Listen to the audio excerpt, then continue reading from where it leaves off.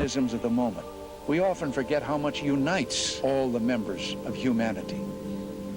Perhaps we need some outside universal threat to make us recognize this common bound. I occasionally think how our differences worldwide would vanish if we were facing an alien threat from outside this world. And yet, I ask you, is not an alien force already among us?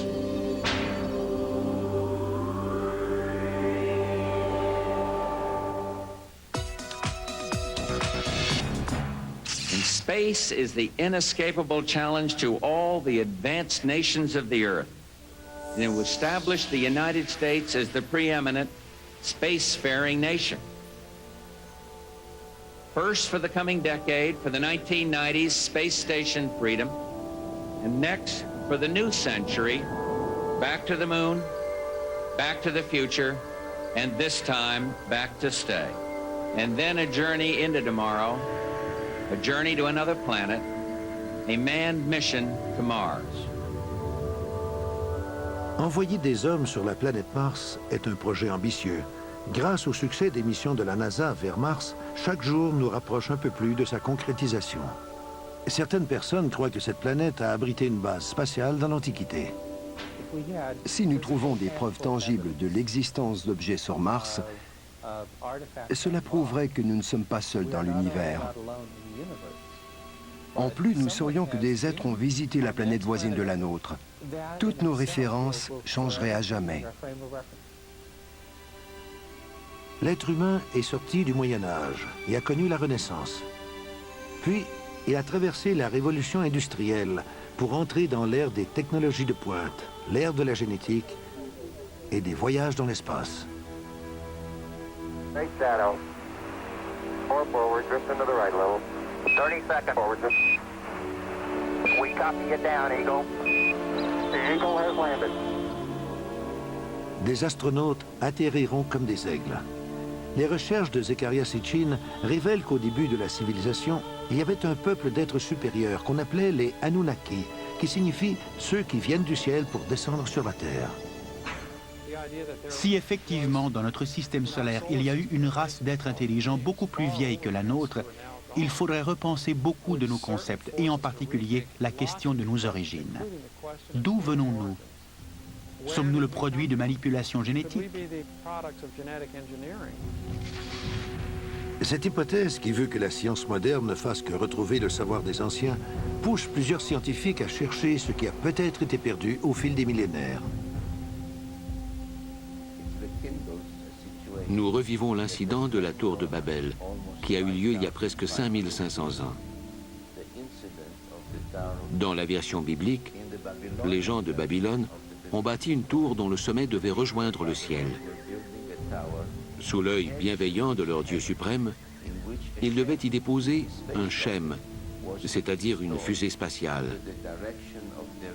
Les autres dieux ne voyaient pas d'un bon œil cette incursion de l'homme dans l'ère spatiale.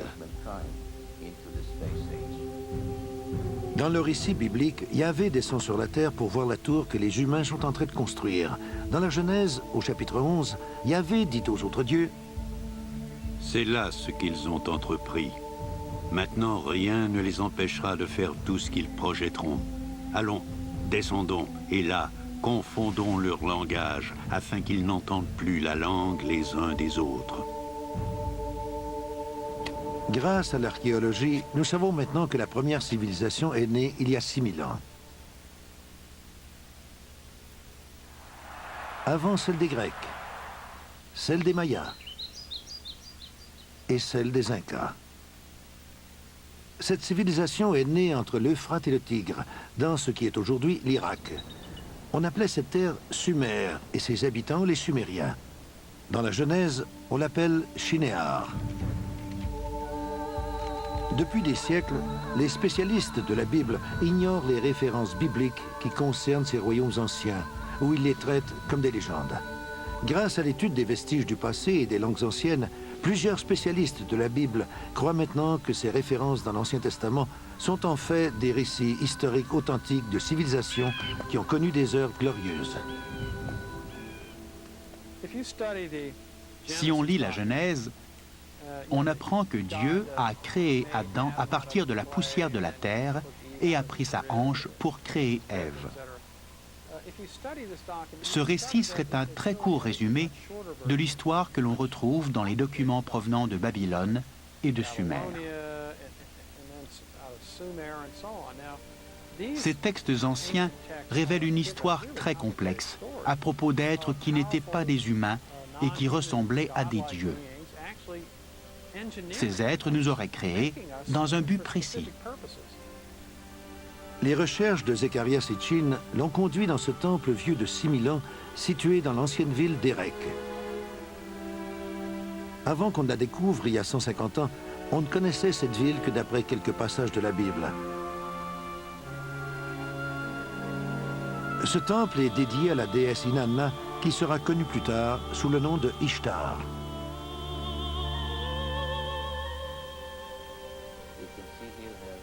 On peut voir son visage un peu abîmé. 2 cornes marquent sa divinité. Elle porte une jarre qui contient l'eau de la vie.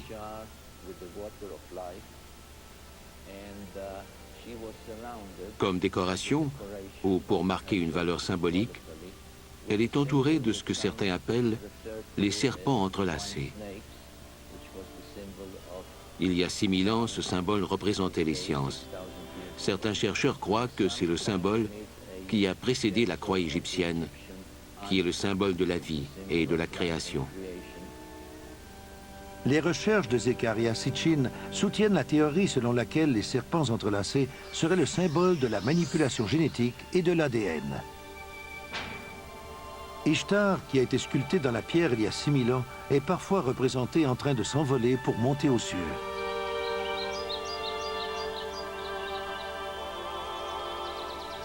Dans la Mésopotamie ancienne, les secrets de l'astronomie et du ciel sont bien gardés.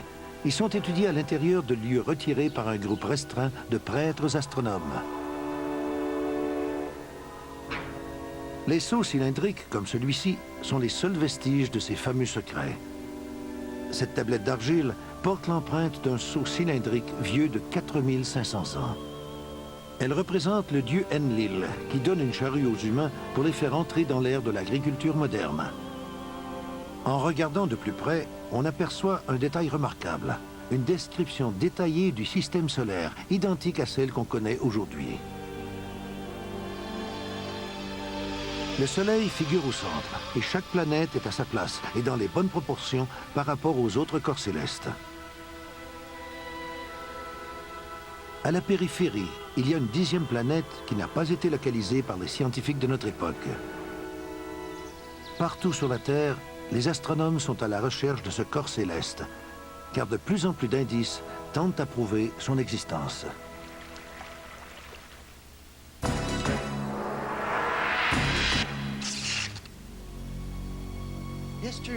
Historiquement, on attribue la découverte de la planète Pluton à l'astronome Clyde Tombaugh le 18 février 1930. Pourtant, elle est déjà présente sur le sceau cylindrique sumérien à côté de la 10e planète. Planète X est le nom que les scientifiques ont donné à ce corps céleste inconnu qui serait le plus éloigné du Soleil. Si on se fie à la science moderne, les humains ne pouvaient pas connaître l'existence des planètes qui sont plus loin que Jupiter avant l'invention du télescope au XVIIe siècle, car elles sont invisibles à l'œil nu. Depuis l'époque de Galilée, les astronomes ont appris une foule de choses sur les planètes les plus éloignées de notre système solaire. Les nombreuses théories qui ont découlé de ces informations n'ont jamais été contestées. À l'ère de la technologie de pointe, nous avons développé de nouveaux outils pour regarder le ciel. Le télescope spatial Hubble de la NASA et les sondes inhabitées qui partent en mission de reconnaissance jusqu'aux confins de notre système solaire ont apporté de nouvelles données. Ces percées dans l'exploration spatiale ont révélé plusieurs inexactitudes dans les théories élaborées par les astronomes. Le 19 août 1977, la sonde spatiale américaine Voyager 2 s'envole de Cap Canaveral pour un long voyage vers les planètes les plus éloignées de notre système solaire. Les découvertes de Voyager 2 mettent en doute les théories récentes de l'astronomie, mais confirment les connaissances des anciennes civilisations. Pour la première fois, nous voyons des images d'Uranus. Étonnamment, elle est telle que décrite par les Sumériens il y a 6000 ans. À leur époque, le télescope n'existe pas. Pourtant, les Sumériens disent d'Uranus qu'elle est Mash-Sig, c'est-à-dire lumineuse et verdâtre. Ils expliquent aussi la particularité de son inclinaison. Selon eux, une planète est entrée dans notre système solaire et a provoqué une collision qui a perturbé l'ordre naturel. Les scientifiques de la NASA sont d'avis également qu'une collision avec un astre de la taille de la Terre à une vitesse de 65 000 km/h pourrait avoir causé l'inclinaison de l'orbite d'Uranus et la dévastation à sa surface. Sa voisine, Neptune, est décrite comme une planète bleu-vert par les Sumériens. Ce n'est que récemment que les scientifiques ont pu confirmer cette information. Les Sumériens ont nommé et décrit toutes les planètes de notre système solaire. Cette description est une preuve tangible que l'homme moderne redécouvre les savoirs anciens, du moins dans ce domaine.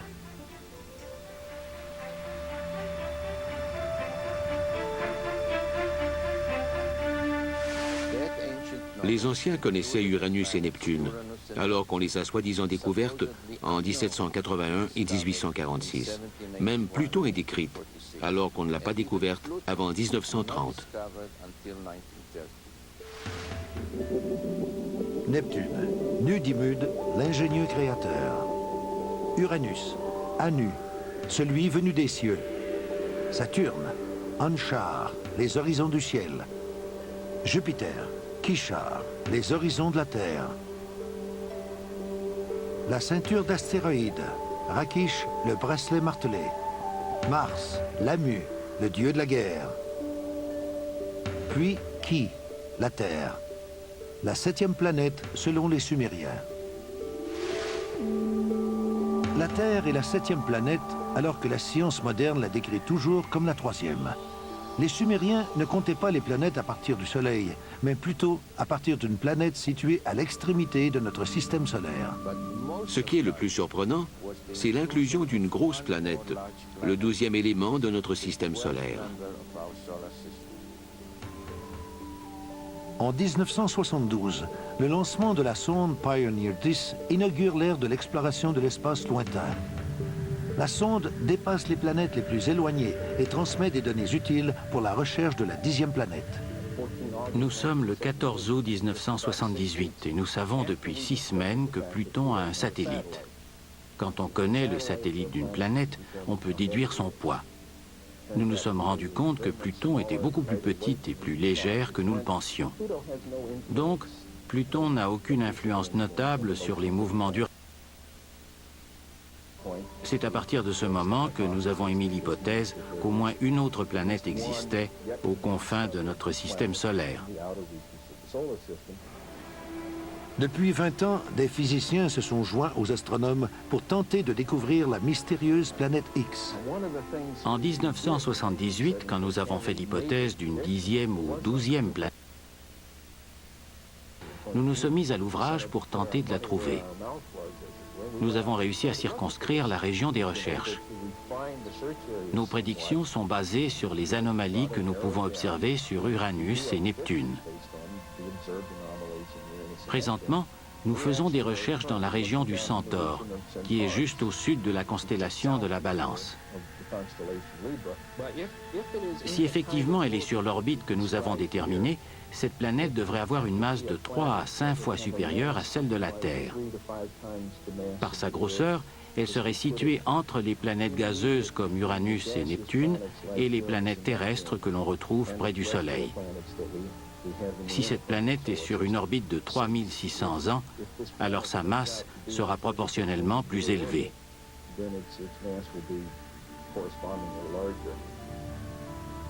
Voici une carte du système solaire tel qu'on le connaît. Voici les planètes du centre.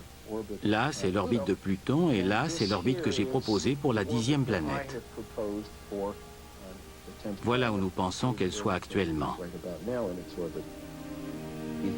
Si la planète X existe, alors nous ne sommes pas seuls dans l'univers.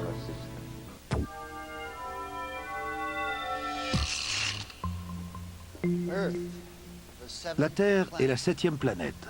Le 7 est un chiffre sacré. Il y a 7 jours dans la semaine, 7 jours dans la Genèse, et il y a 7 tablettes de la création. On peut penser que ce ne sont que des coïncidences, mais Zecharia Sitchin croit que ces répétitions numériques ne sont pas là par hasard. Peu importe l'angle que l'on prend, les informations sur cette 10e planète sont stupéfiantes. Selon les 7 tablettes de la création que les Sumériens ont écrites, l'histoire de cette 10e planète aurait commencé il y a 4 milliards d'années, quand notre système solaire était beaucoup plus jeune et que la Terre n'existait pas. Les vestiges des écrits des Sumériens racontent l'histoire de la planète Nibiru, qui est venue de l'espace lointain et a été attirée vers le centre de notre système solaire par l'attraction planétaire de Neptune, Uranus, Saturne et Jupiter.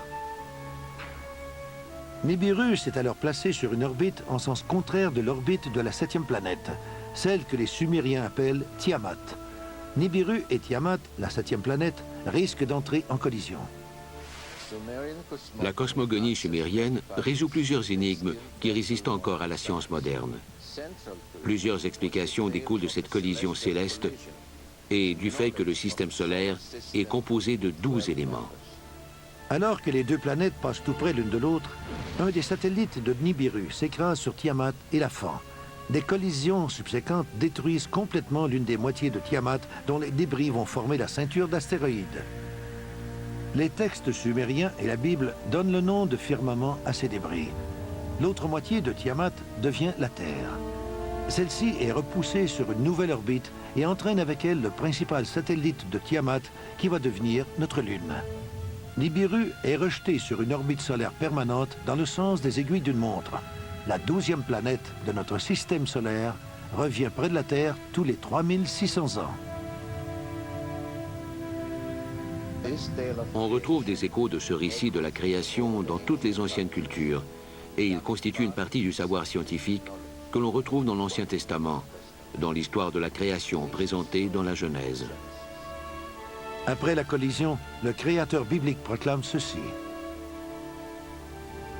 Que les eaux qui sont au-dessous du ciel se rassemblent en un seul lieu, et que le sec paraisse. Et cela fut ainsi. Dieu appela le sec terre, et il appela l'amas des eaux mer.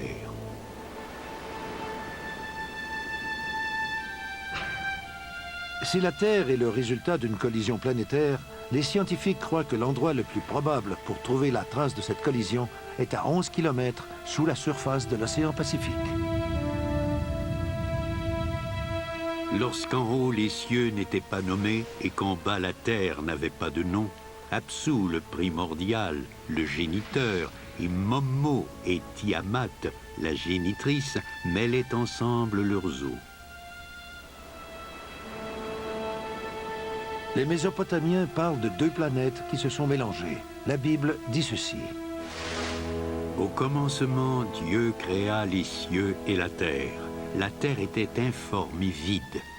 Il y avait des ténèbres à la surface de l'abîme et l'Esprit de Dieu se mouvait au-dessus des eaux. Dieu dit que la lumière soit et la lumière fut. Si nous utilisons les informations du texte mésopotamien pour lire celui de la Bible, le vrai sens de la Genèse s'éclaire, particulièrement lorsqu'on parle de l'eau. Dieu dit qu'il y ait une étendue entre les eaux et qu'elle sépare les eaux d'avec les eaux. Et Dieu fit l'étendue et il sépara les eaux qui sont au-dessous de l'étendue d'avec les eaux qui sont au-dessus de l'étendue. Et cela fut ainsi. Dieu appela l'étendue ciel. Les eaux qui sont au-dessus et les eaux qui sont au-dessous sont des expressions assez vagues dans la Bible. Les Sumériens décrivent Uranus et Neptune comme des planètes d'eau. Cette description est-elle valable selon les connaissances actuelles? De 1970 à 1981, les sondes Pioneer et Voyager visitent Jupiter et Saturne ainsi que leurs nombreuses lunes.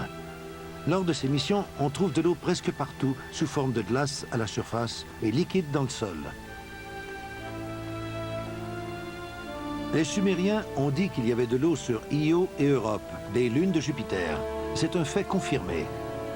Ils ont écrit qu'il y avait de l'eau sur Encelade et Tétis, deux des lunes qui tournent dans les magnifiques anneaux de Saturne.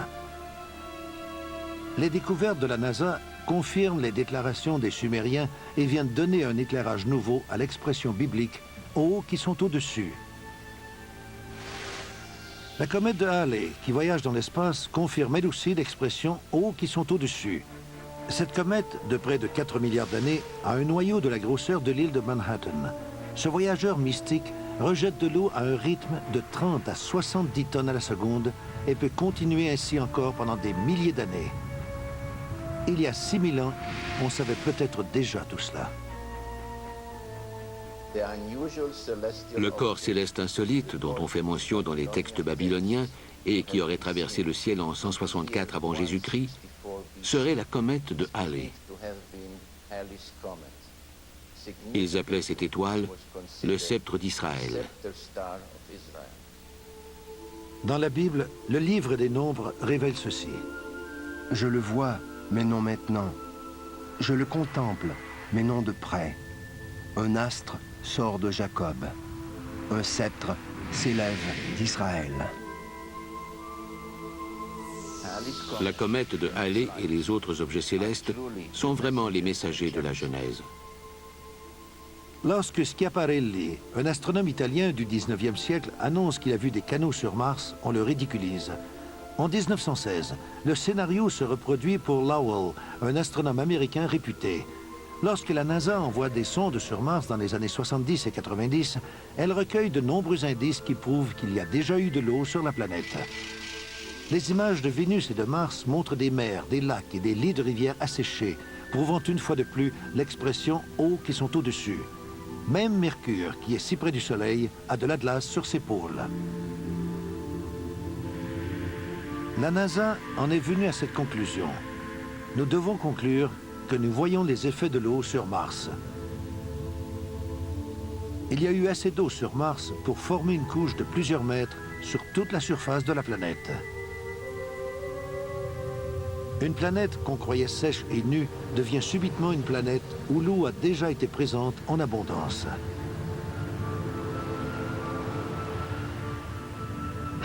Mars rejoint Vénus, Mercure, la Terre et la Lune dans la confirmation du concept sumérien d'eau qui sont au-dessus.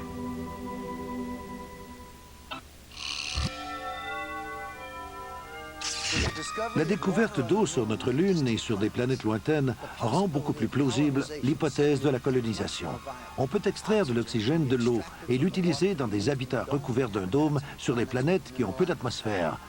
L'eau est aussi le principal ingrédient du carburant utilisé pour les fusées. Cette découverte augmente la possibilité de voyages illimités à travers les étoiles. We've had reports to the effect that the Viking equipment will never determine positively whether or not there's life on Mars. Can you set us straight on this? Well, my own view is it's much too soon to decide whether we will have a definitive answer. It may be that there is an exotic biology on Mars. It may be that there's an exotic chemistry which looks a little bit like biology. There's a number of experiments to be done. They might decide the issue, they might not. But either way, Viking has been a biological success because the chemical explanation means that there is a kind of chemistry in the Martian surface which simulates some of the steps of chemistry in biology. We would learn something important about the origin of life. En octobre 1988, l'Union soviétique lance 2 sondes pour étudier la planète rouge, Phobos 1 et 2, du nom d'une des lunes de Mars. Phobos 1 se brise en route, mais Phobos 2 rejoint Mars et commence immédiatement à envoyer des images à la Terre. Le 1er mars 1989, on reçoit les photos de cet étrange quadrillage. Le quadrillage en haut à droite a été photographié dans les fréquences optiques et les infrarouges. Les photos sont ensuite superposées pour donner cette image composite. Le 26 mars, Phobos 2 envoie ses photos prises juste au sud de l'équateur. On peut percevoir une forme elliptique inexpliquée. This shadow actually appeared all of a sudden. Why am I calling it a shadow? Because you can see things through it. This elliptical shadow, then, is it in Mars' atmosphere or on the planet's surface? One thing is for sure. This something is not positioned horizontally. Well, to me it looks like a rocket taking off from the surface of Mars and leaving a trail behind. Well, if you'd want to fantasize, it could be interpreted that way too. Now we think we ought to look at the real circumstances that have caused that trail, even though they haven't yet been fully clarified. That's more likely to be the shadow of some object, since surface elements can be seen through it. How long will it take to process all of the information to get more or less objective scientific results, rather than fantastic ones? Come back in a week. Une semaine après, aucun nouveau détail n'est dévoilé. Puis, quelques mois plus tard, on diffuse ce reportage. L'an dernier, les Soviétiques ont lancé vers Mars 2 sondes appelées Phobos, du nom d'une lune de la planète. Un opérateur a commis une erreur qui a rendu Phobos 1 inutilisable. L'autre sonde s'est rendue jusqu'à Mars et a transmis des photos qui ont rendu les scientifiques soviétiques perplexes. Alors qu'elle était au-dessus de l'équateur, Phobos a pris des photos à une altitude de 6000 km. Voici une photographie infrarouge. Les parties les plus sombres sont les plus froides. Cette section couvre 600 km, donc les éléments visibles doivent avoir au moins 2 km de long. C'est la photo de la surface de Mars la plus détaillée que nous ayons. Il y a des lignes très fines sur la surface qui sont dans l'infrarouge, donc il y a de la chaleur. Elles montrent plus que de la chaleur car elles ont entre 3 et 4 km de large. Par contre, je n'ai aucune idée de ce que ça peut être et les Russes ne veulent pas nous éclairer. Les scientifiques sont aussi intrigués par les photos de cette ombre à la surface de Mars. Ils sont certains que c'est une ombre puisqu'on peut voir des détails de la surface de la planète à travers. On ignore quelle est la source de cette ombre. Puis, il y a encore le mystère de la sonde disparue. Les Russes n'ont pas encore publié la dernière photo transmise par Phobos avant la perte de contact. Les Russes ont déclaré qu'elle montre un objet qui n'aurait pas dû être là et qui se dirigeait vers la sonde. La sonde orbitait autour de Mars dans le même sens que ses lunes. Sur la dernière photo, au milieu de l'orbite, ils ont vu quelque chose qui n'aurait pas dû être là. En plaisantant, le professeur Kapitsa a dit que ce devait être des Martiens. Les scientifiques britanniques pourront juger de visu lorsque les soviétiques apporteront les photos à la conférence d'Exeter le mois prochain. Il y a sûrement une explication logique, n'est-ce pas? Les Russes n'apportent aucune photo à la conférence d'Exeter. L'agence spatiale soviétique doit tout de même expliquer la disparition de la sonde spatiale. It does take a minimum of precision criteria to obtain on the image these spots, which some would like to call flying saucers, that appeared within the visual field of the infrared range. It must be pointed out that the flying saucer version is not ours. Actually, at first we were saying that there was no flying saucer, that surely all that we saw could be explained in understandable, natural and physical terms. Il est possible qu'une petite météorite qui se trouvait sur la même orbite que Phobos l'ait percutée. Lors d'une entrevue exclusive en octobre 1990 à Moscou, le professeur Lev Moukin de l'Institut russe de recherche spatiale met en doute la théorie du météorite. Certaines personnes ont émis l'hypothèse d'une collision entre la sonde spatiale, qui était sur la même orbite que la Lune de Mars, Phobos, et des particules de poussière qui entourent cette Lune. Des calculs très précis pour vérifier cette hypothèse ont été effectués par plusieurs organismes, y compris le nôtre, et ils ont démontré que cette hypothèse ne tenait pas la route. Si une météorite ou des débris ne sont pas en cause, il faut qu'il y ait une autre explication. Le silence s'installe jusqu'en décembre 1991, alors que Marina Popovich, une ancienne cosmonaute et colonel de l'armée de l'air, tient une conférence de presse au consulat russe de San Francisco. Elle dévoile la dernière photo prise par Phobos. On voit une forme étrange au premier plan. Marina Popovich la décrit en employant les mots « objet volant non identifié ». L'objet est en juxtaposition avec ce qui semble être la petite lune Phobos. Il est difficile d'expliquer cette ombre mystérieuse. Les Russes croient qu'il s'agit de l'ombre d'un objet sur la planète ou juste au-dessus de la surface de Mars. En avril 1992, après avoir comparé attentivement toutes les photos, les scientifiques concluent que l'ombre en question bouge. Si la théorie d'une base spatiale qui aurait existé sur Mars il y a des milliers d'années est vraie, on pourrait attribuer la disparition des sondes russes à une intervention extraterrestre. L'ancienne base pourrait avoir été réactivée.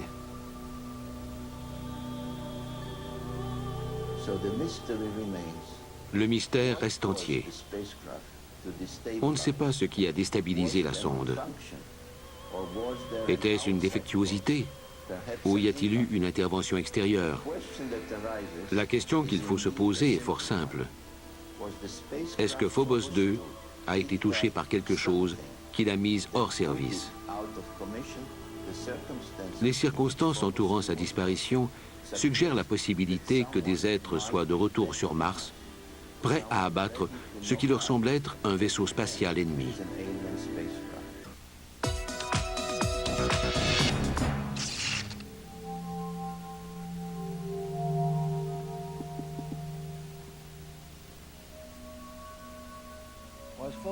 Phobos a peut-être été désactivé par des êtres intelligents qui voulaient se protéger. Ou peut-être y a-t-il une explication plus conventionnelle. Nous ne le saurons jamais. Quand on se permet d'envisager la possibilité de visiteurs extraterrestres, on se prépare à accepter leurs différences dans l'éventualité d'une rencontre. Il reste qu'il faut se demander comment les humains réagiraient si on trouvait la preuve irréfutable de l'existence d'êtres qui nous auraient précédés et qui nous auraient créés. De tous les mystères qui nous échappent, le plus grand est celui de la vie elle-même. Nous nous demandons de quelle partie de notre univers sont venues les premières émanations de vie. Certaines personnes croient que la semence de la vie aurait pu être apportée par la planète Nibiru. Il y a eu tout un mélange d'idées venant à la fois des biologistes et des astronomes à propos de l'origine de la vie. Parce que c'est la même question qui se pose pour les autres planètes du système solaire ou ailleurs dans l'univers. Ils ne peuvent pas expliquer comment la vie est apparue sur la Terre, ni comment elle est apparue ailleurs. La pensée scientifique contemporaine affirme, mais avec prudence, que la vie serait arrivée sur la Terre sous forme de substances chimiques apportées par une comète qui aurait frappé la Terre. What we are trying to find out in the meteorites is to see whether there are any of these molecules related to life. There are certain molecules like the amino acids which may be described as the building blocks of life. Une autre théorie scientifique, la panspermie dirigée, suggère que la vie sur Terre a été semée par une race d'êtres en provenance de l'espace. Ce serait un geste délibéré d'une société d'un autre monde. Selon la Bible, la création de l'humanité est venue à la fin d'une longue liste. Que les eaux produisent en abondance des animaux vivants et que des oiseaux volent sur la terre vers l'étendue du ciel. Dieu créa les grands poissons et tous les animaux vivants qui se meuvent. Ce n'est qu'après cela que Dieu créa Adam. Adam arrive dans les dernières pages de l'histoire de la création. Les Sumériens disent que ce sont les Anunnaki qui ont donné la vie aux humains. Selon les textes sumériens, il y a 445 000 ans, les Anunnaki ont envoyé des androïdes en éclaireur sur la Terre en prévision d'un voyage futur. 150 000 ans plus tard, les Anunnaki sont venus et ont créé l'être humain. Selon les Sumériens, nous aurions été créés grâce au génie génétique, par fertilisation in vitro, comme le décrit ce seau cylindrique.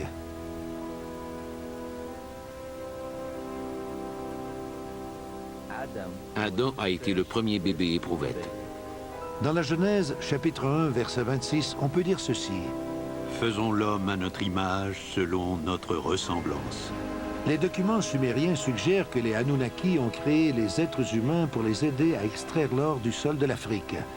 Ils avaient besoin du précieux métal pour sauver l'atmosphère de la planète Nibiru qui se raréfiait. Les trois grandes religions de l'Occident, le judaïsme, le christianisme et l'islam, sont fondées sur le principe que l'être humain a quelque chose de spécial. Nous ne sommes pas apparus accidentellement. Nous ne sommes pas que le résultat de milliards d'années de mutations accidentelles. Nous avons été créés à l'image de Dieu. La spécificité de notre création garantit notre salut. Si des êtres très intelligents et très spirituels, en provenance d'une civilisation plus âgée, avec des technologies plus avancées, existent bel et bien et sont déjà venus ici, alors toute l'histoire de la création ne tiendrait plus. Et des milliards de personnes sur la planète seraient totalement déconcertées quant au sens de la vie. Dans l'archétype de l'histoire de la Grande Tour de Babel, on raconte que les Babyloniens veulent toutes repasser les limites établies par les Anunnaki et atteindre les dieux en construisant une plateforme de lancement. Quel était le but de leurs efforts? Selon Zecharia Sitchin, l'objectif était d'atteindre la planète Mars, où serait située la station spatiale des Anunnaki. Les tablettes sumériennes appellent la station sur la planète Mars le vaisseau des voyageurs. J'en ai déduit que les Anunnaki de Nibiru, une fois rendus à la planète Mars, montaient dans un plus petit vaisseau spatial pour atteindre les stations en orbite autour de la Terre. Ils ne venaient pas seulement tous les 3600 ans, mais beaucoup plus fréquemment. Dans leurs documents, les Mésopotamiens identifient les 12 éléments de notre système solaire avec des symboles précis. Sur cette stèle, Mars, Vénus et la Terre sont numérotés.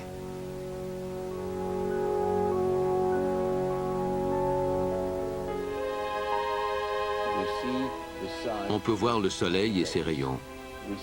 On voit 4 astres, représentés par leurs animaux de culte, un symbolisme qui est associé au zodiaque. Puis on voit la Lune et la Terre, qui est symbolisée par 7 points. Ils indiquent la position de la Terre à partir des limites extérieures de notre système solaire, comme si quelqu'un venant de l'espace lointain comptait les planètes. Sur cette représentation sumérienne, vieille de 4500 ans, les 7 points de la Terre avec sa Lune en croissant et Mars avec ses 6 points sont des indices très révélateurs. On voit également 2 personnages dessinés à côté d'un vaisseau.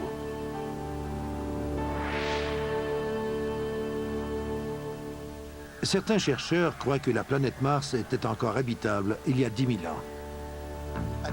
Une 10e planète, une race mystérieuse capable de créer génétiquement la race humaine. Il y a quelques années, la majorité d'entre nous aurait ri de ces idées. Mais avec le clonage de Dolly et toutes les percées dans le domaine du génie génétique, ces concepts semblent beaucoup moins farfelus. Des photographies troublantes alimentent les hypothèses sur les mystérieux vestiges des Anunnaki.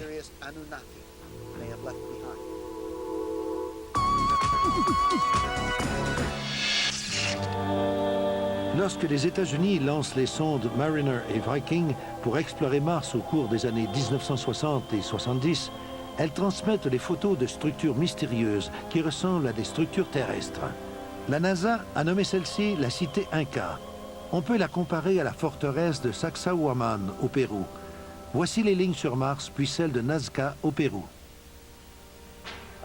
J'ai le sentiment que ce que nous avons découvert jusqu'à maintenant ressemble vraiment à un agencement intelligent. Mais ce serait irresponsable de ma part de dire que j'ai des preuves.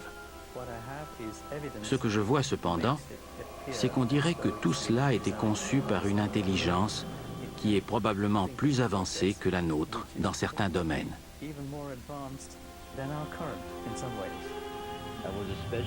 J'ai été particulièrement intéressé par le rapport des chercheurs indépendants qui ont suggéré que l'orientation de la façade et des pyramides voisines indique qu'elles ont été construites en fonction du soleil levant au moment du solstice sur Mars, il y a environ 450 000 ans. Des êtres pouvant voyager dans l'espace, il y a près d'un demi-million d'années, auraient visité notre système solaire et auraient laissé des monuments sur la Terre et sur Mars. Les seuls êtres dont on connaît le nom sont les Anunnaki. Les seules preuves que nous avons pour appuyer cette théorie ont rapport aux Anunnaki. Sur Terre, on a vu des sociétés qui ont été détruites par le croisement avec d'autres cultures. La rencontre d'une culture plus avancée que la nôtre aurait un impact très sérieux. Je crois cependant que nous sommes assez intelligents pour y faire face. Notre civilisation est technologiquement capable de s'aventurer dans l'espace lointain et d'y faire des recherches scientifiques. Il est difficile de nier la possibilité que les membres d'une civilisation plus avancée que la nôtre soient venus visiter notre système solaire il y a des milliers d'années. Grâce aux travaux de Zecharia Sitchin et de chercheurs comme lui, nous en savons beaucoup plus sur les anciennes cultures et sur notre passé.